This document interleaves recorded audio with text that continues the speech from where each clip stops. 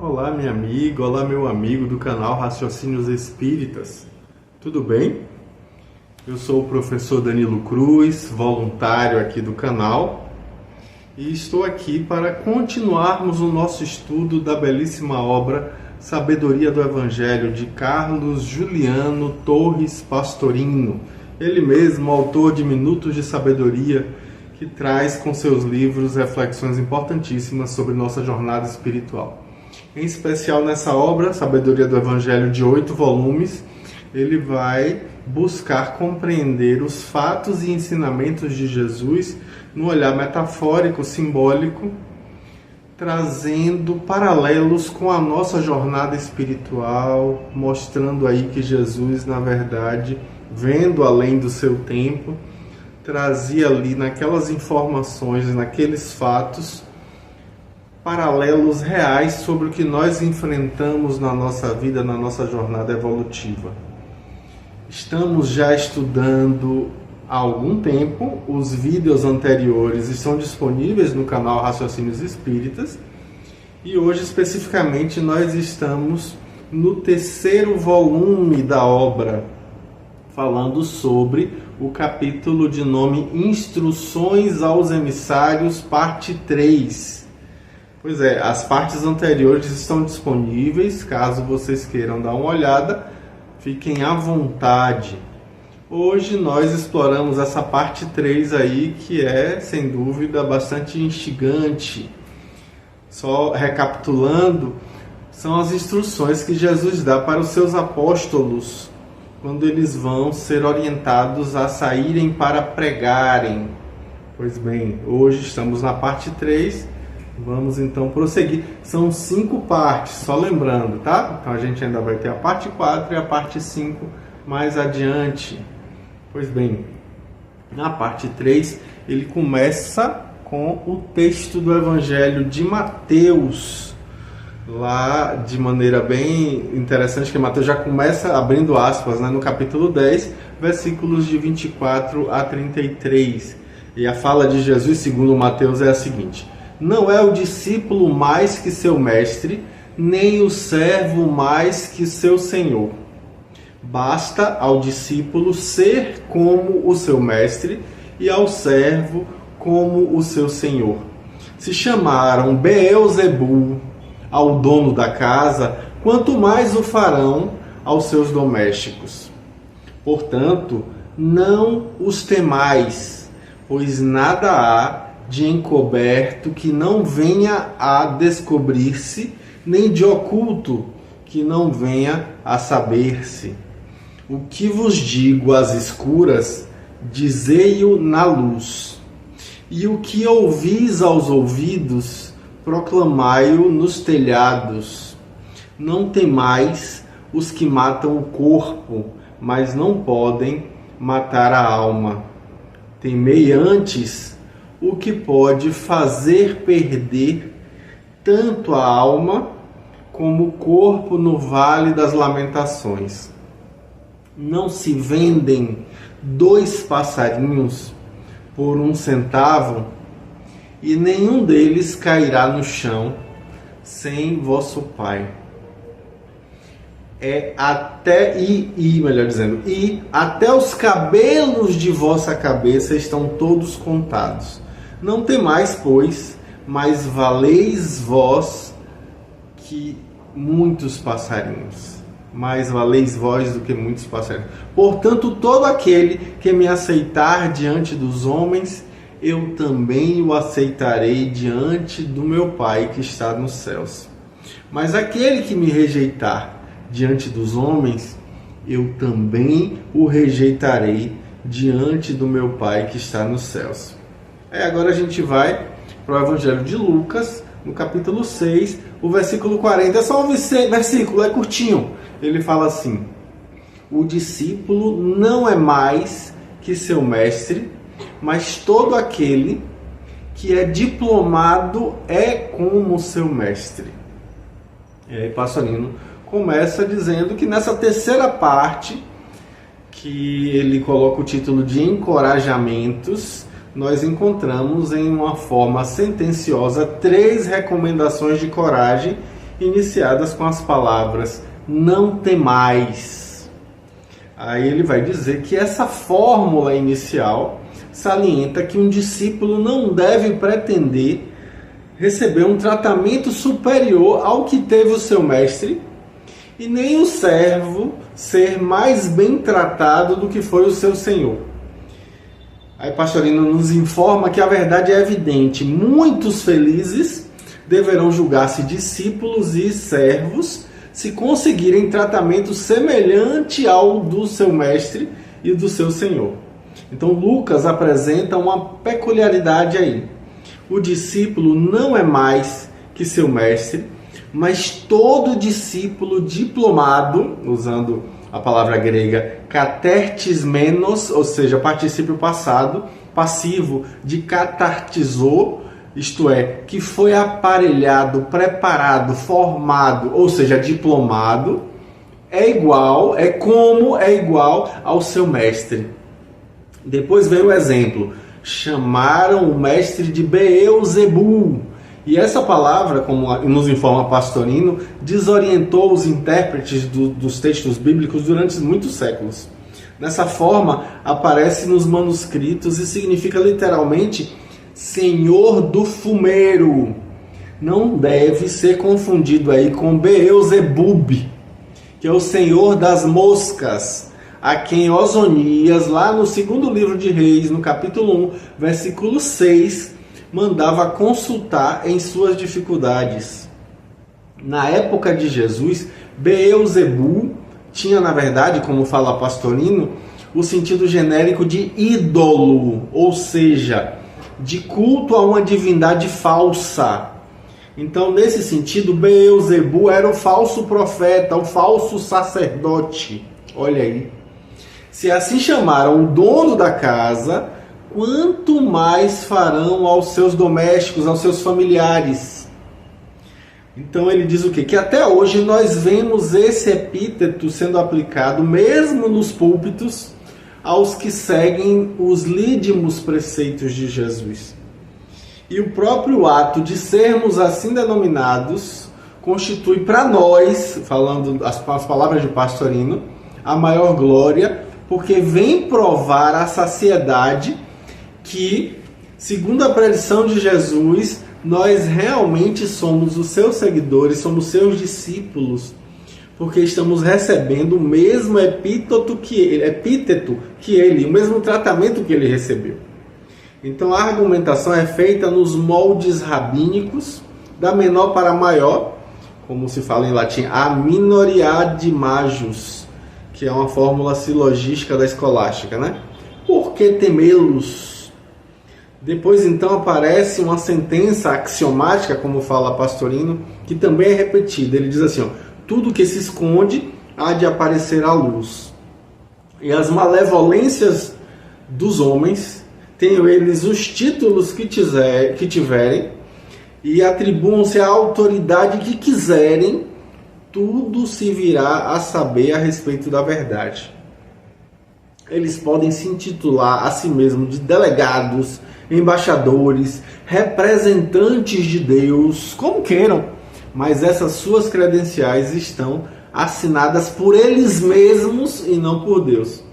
E por isso, obviamente, não tem nenhum valor, nenhum valor real ali, porque falta a chancela da divindade. Então, tudo que é escondido virá a ser publicado. E aí depois, Pastorino continua dizendo que vem uma advertência baseada num costume da época.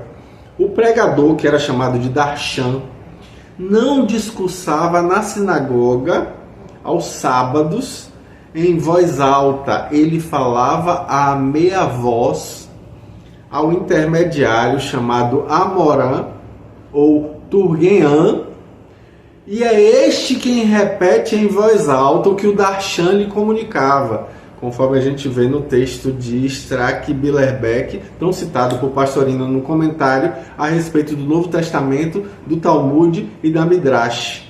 E aí ele está dizendo aí, obviamente, do texto sobre o Evangelho segundo Mateus. E aí ele coloca que Pirro também cita isso, né?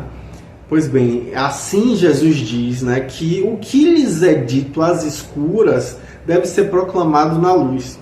Ou seja, o que é dito simbolicamente deve ser explicado com clareza. Tudo que for oculto deve ser traduzido à luz. E o que for dito aos ouvidos deve ser gritado nos telhados. E aí essa última frase se prende também a um hábito da época. O Razan subia nas sextas-feiras no telhado mais alto da aldeia e tocava uma trombeta justamente para avisar a todos os camponeses que se recolhessem a partir daquele momento para respeitarem a chegada do sábado. O sábado era respeitado. Então, justamente pela explicação clara desses ensinamentos secretos, vem a humanidade esperando há quase 2000 anos. E aí Pastorino vai dizer que com a ajuda do Pai, eles estão sendo trazidos aos poucos, infelizmente ainda de modo muito deficiente, por conta da incapacidade dos intérpretes. E aí Pastorino vai dizer que aparece então o segundo conselho sobre coragem. E aqui nós encontramos a oposição entre soma, que é corpo, e psique, que é alma. Não devem temer-se os que só têm o poder de matar o corpo, que é a soma, mas não no possuem para matar a alma, que é a psique. Ou seja, desviá-la do rumo certo, levando ela para o antissistema, para o polo negativo, para o materialismo. E aí Pastorino diz que em numerosos lugares, tanto do Antigo Testamento como do Novo, aparecem como ações opostas às locuções matar a alma e salvar a alma.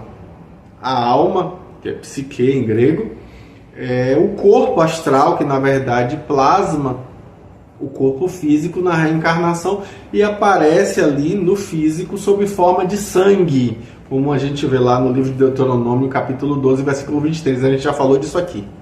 Pois bem, a distinção entre matar o corpo, que é o soma, e matar a alma é bem clara aí nas escrituras. Porque quem mata o corpo destrói apenas o veículo mais denso, o veículo mais grosseiro, mas com isso não consegue realmente afetar o corpo astral, que é a alma, já que esta prossegue sua vida em um outro plano de vibração, um outro plano de existência e, como aponta Pastorino, de modo geral não é prejudicado senão por uma perturbação momentânea, porque de qualquer forma dirimiu um karma ali que acabou aliviando das dívidas do passado. Então, por tudo isso, continua Pastorino, a alma se vê salva da garra dos perseguidores. Já a morte da alma se apresenta sob outros aspectos muito mais graves. É atingido o próprio corpo, no caso aí o corpo astral, que se perturba profundamente e ao chegar ao outro plano de vibrações, vai, obviamente, aquele espírito permanecer desequilibrado de tal forma que só um novo mergulho no Vale das Lamentações, no processo da reencarnação terráquea, nós teremos a chance de reequilibrar esse organismo perispiritual através do esquecimento temporário. No entanto, continua Pastorino, a reencarnação desses que se encontram mortos nesse estado é terrivelmente dolorosa, porque pelo próprio desequilíbrio eles acabam construindo corpos fluídicos deficientes, defeituosos, entre aspas, como aponta Pastorino, ou pelo menos com os neurônios cerebrais disrítmicos, o que obviamente causará sérias perturbações mentais e, em alguns casos, até mesmo a demência, usando as palavras de Pastorino. Então, por isso tudo, a gente compreende que a morte do corpo físico não é temível, mas a morte da alma é de uma consequência desastrosa e por isso deve ser temida. Aí Pastorino cita, né? Teme os que podem fazer perder tanto a alma quanto o corpo no Vale das Lamentações, ou seja, perdidos no escuro cárcere da loucura, que afeta tanto o corpo como a alma.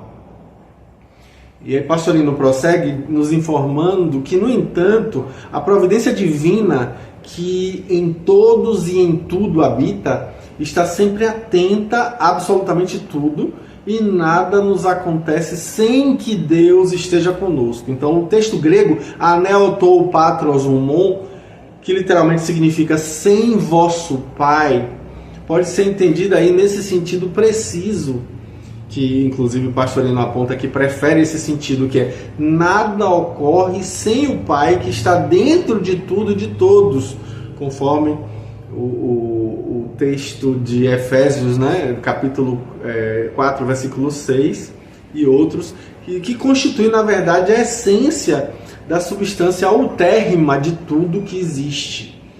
E ele também vai dizer que fora de vosso Pai, pois nada existe fora dele, já que nele estamos mergulhados integralmente. Nele nós nos movimentamos e existimos, conforme está lá no texto de Atos, capítulo 17, versículo 28.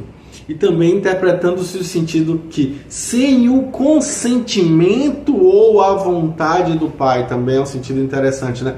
Se o Pai está em nós e nós estamos no Pai, o que nós iremos temer? Para que temer alguma coisa? Tudo que ocorre conosco ocorre juntamente com o Pai que nos acompanha a cada segundo, a cada passo.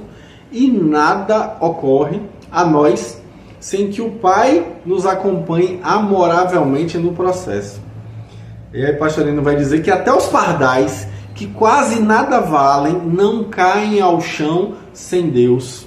Até os fios de cabelo de nossas cabeças, que estão todos contados pelo Pai, não caem sem Ele.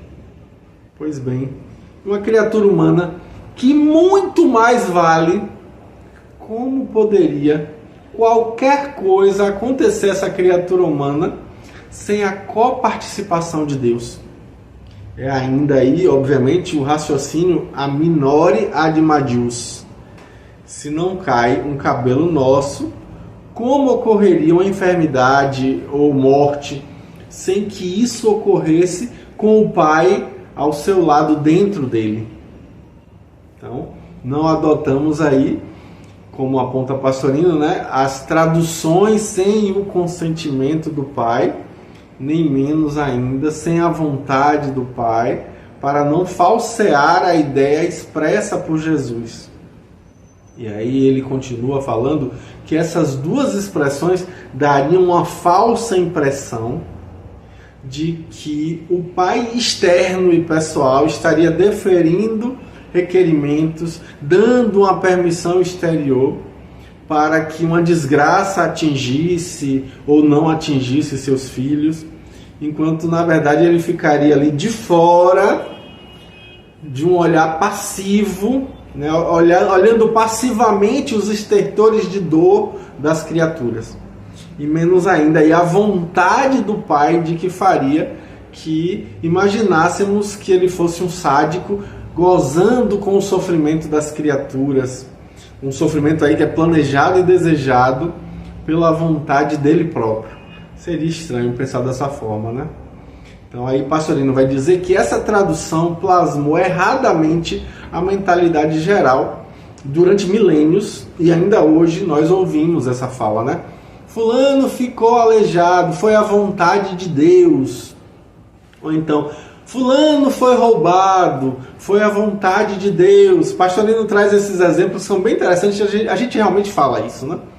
E coisas piores, como se Deus, um Pai amoroso e bom, fosse um malfeitor criminoso que só quisesse desgraças nas nossas vidas. Porque se algo de bom e agradável acontece, ninguém diz que foi vontade de Deus. Pelo contrário, quando é bom, é atribuído à sorte, é atribuído à sua competência, à justiça e até mesmo ao acaso. Muito frequentemente a gente fala, né, dessa forma. Mas jamais a vontade de Deus. Essa só ocorre nos acontecimentos tristes e dolorosos, como aponta Pastorino. E aí Pastorino vai dizer que para a multidão, a massa, Deus ainda é um vingador dos tempos de Moisés. No entanto, pelo ensino de Jesus, nós aprendemos o contrário. O pai é alegria, é felicidade, é bondade e só quer o bem dos seus filhos. E aí Pastorino vai dizer que se algo de mal ocorre, é provocado por nossos erros, como consequência das nossas investidas contra a lei. E aí ele diz o que? Ora, quem bate com a cabeça no muro de pedra, quebra a cabeça por vontade própria. Não é porque foi vontade de Deus. Ele construiu o muro de pedra da lei para guiar a humanidade. E obviamente leva todos a obedecerem essa lei para não se ferirem nas pedras, sendo aí, no caso, até mesmo beneficiados, sendo até mesmo defendidos por essa muralha granítica, nas palavras de Pastorino. Mas se alguém, por ignorância ou até mesmo por maldade, teima em investir contra o muro, Deus não tem culpa disso. Não é por vontade dele que isso ocorre. As consequências, na verdade, são colhidas pela criatura que cometeu o equívoco e exclusivamente por culpa própria, como aponta Pastorino, porque a pessoa quis. Então a conclusão é dada com a maior: vós valeis mais que muitos passarinhos. Então lemos depois a sentença que finaliza essa parte do discurso e que constitui aí uma ilação de tudo que foi dito. E aí Pastorino vai nos informar que o raciocínio caminha com uma lógica impecável. Primeiro, o discípulo não é mais que o mestre. Segundo, se perseguiram o mestre, perseguirão o discípulo. Terceiro, não obstante, coragem, preguem a doutrina, já que, quarto, os inimigos só poderão prejudicar o corpo. Quinto, mas nada acontece fora do Pai, nem a um passarinho. Sexto, ora, os discípulos valem muito mais. Sétimo, então aceitem esse mestre apesar dos sofrimentos. Olha que interessante, né? E aí Pastorino vai dizer que as traduções correntes transladam o verbo grego homologeo para confessar.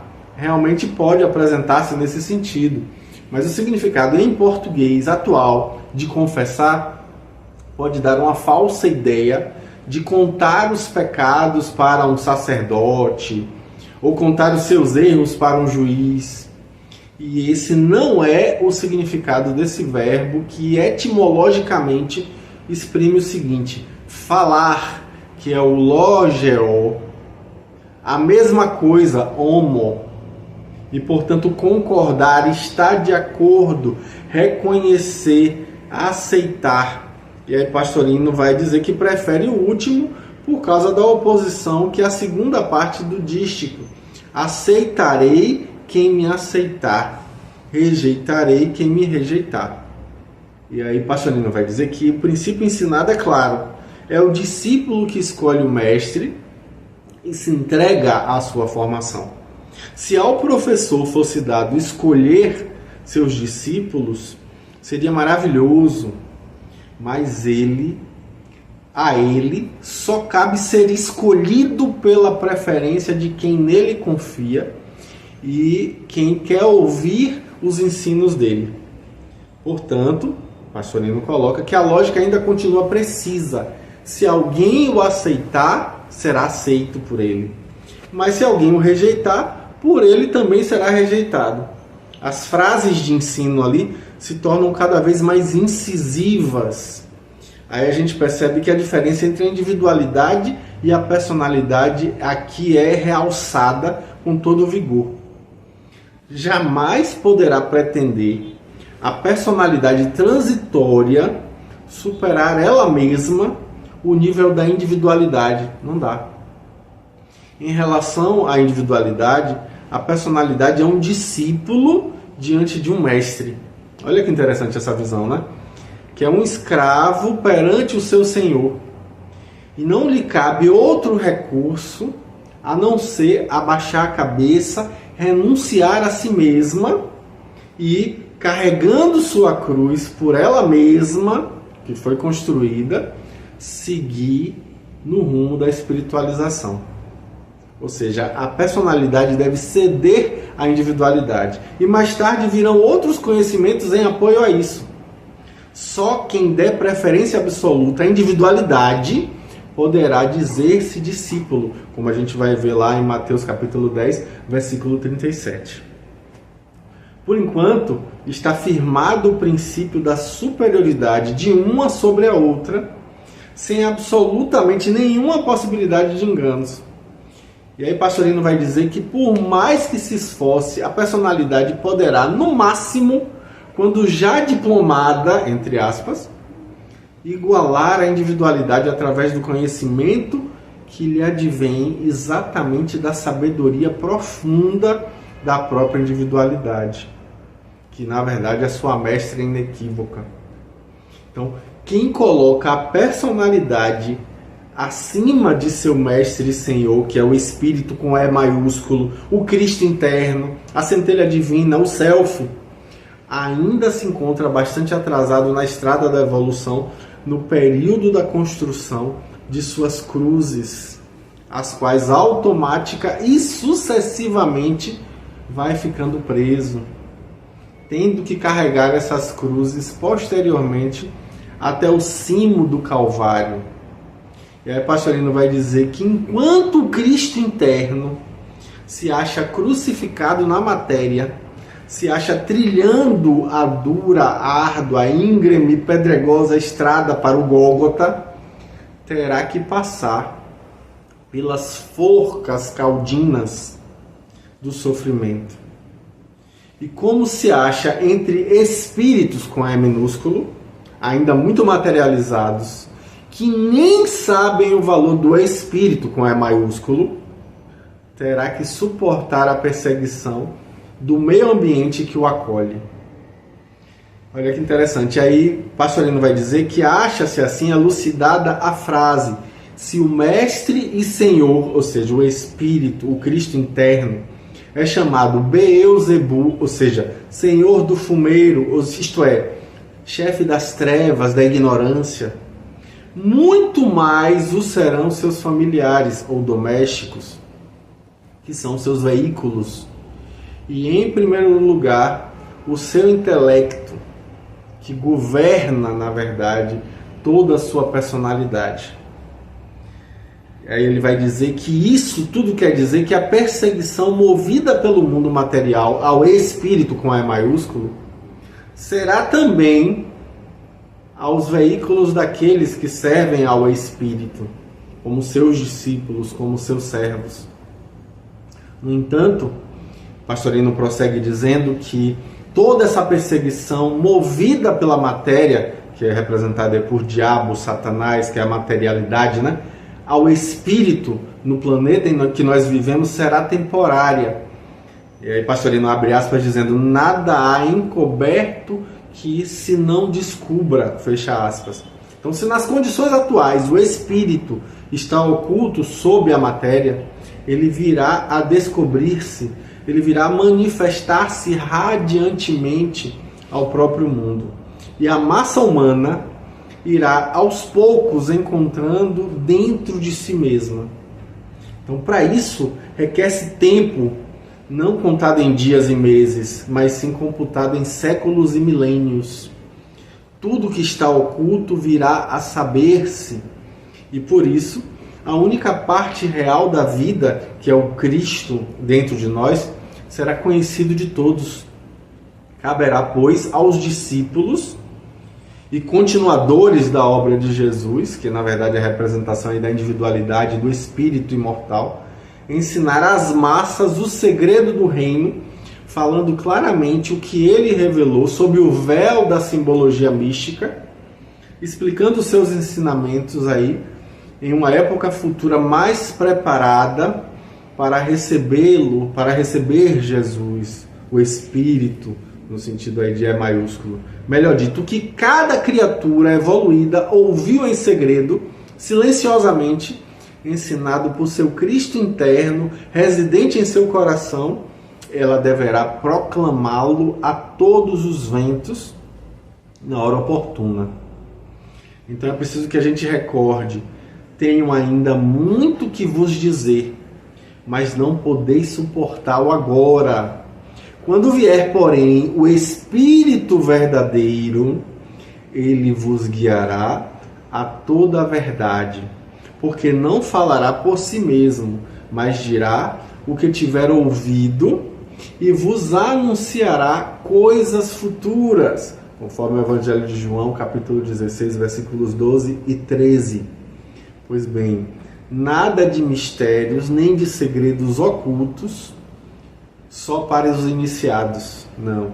Devemos divulgar por cima dos telhados tudo o que formos aprendendo. Olha aí que interessante, hein? Chega a seguir aí a advertência de coragem. Nada do que ocorre à personalidade, de bem ou de mal, atinge a individualidade, que é o eu profundo. Se algum mal é feito à personalidade de fulano, só a personalidade de fulano sofrerá. Mas o eu profundo, esse é inatingível.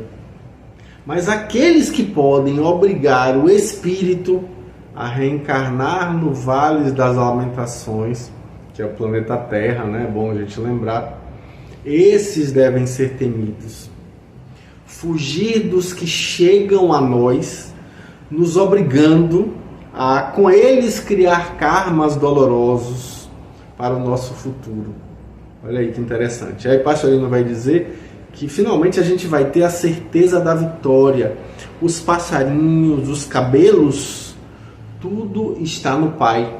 E jamais coisa alguma poderá ocorrer sem o Pai que reside dentro de nós, que na verdade constitui o nosso eu mais profundo. Por que temer então? O Pai está conosco, está em redor de nós, está dentro de cada um de nós, e nós estamos mergulhados no Pai como peixes em um oceano. Nada nos acontecerá sem o Pai. Então não temais. Todavia, diz Pastorino, há um pormenor importante aí para se considerar. Toda criatura que diante dos homens publicamente aceitar seu Espírito, com E maiúsculo, seu Cristo interno, será aceita e recebida em união com Ele, diante do Pai que estás nos céus.